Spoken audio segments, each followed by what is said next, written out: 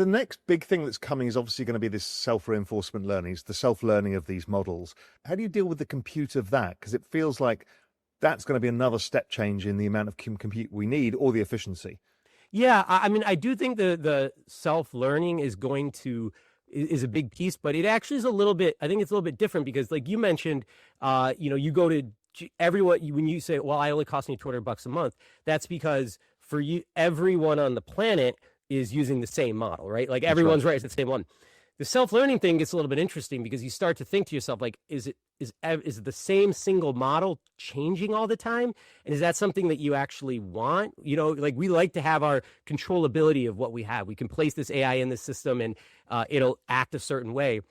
I'm interested to see how self-learning actually will be instantiated, in the world, because if you have models that are constantly learning, that means they're also amorphous in their own sense, right? You who knows what they're going to learn and how they. At that point, they're truly alive. Yeah, they will be a facsimile of life for sure, and I think that's a different paradigm that we'd be working with as magnitude as the AI field is right now.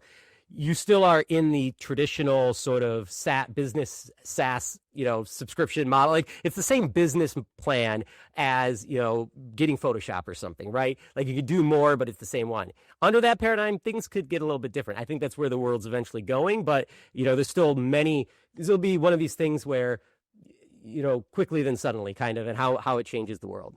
And also it feels that maybe the edge in all of this is going to be the local models that run on anything, because we can run AI through everything from your telephone, the computer in your telephone through to your fridge and everything. All of that is not really addressed yet because OpenAI and stuff and building the giant LLMs, but they're not looking at the localized compute in the same way. And the one thing I can say is the speed of light is undefeated. And there's literally there's no way to get around it.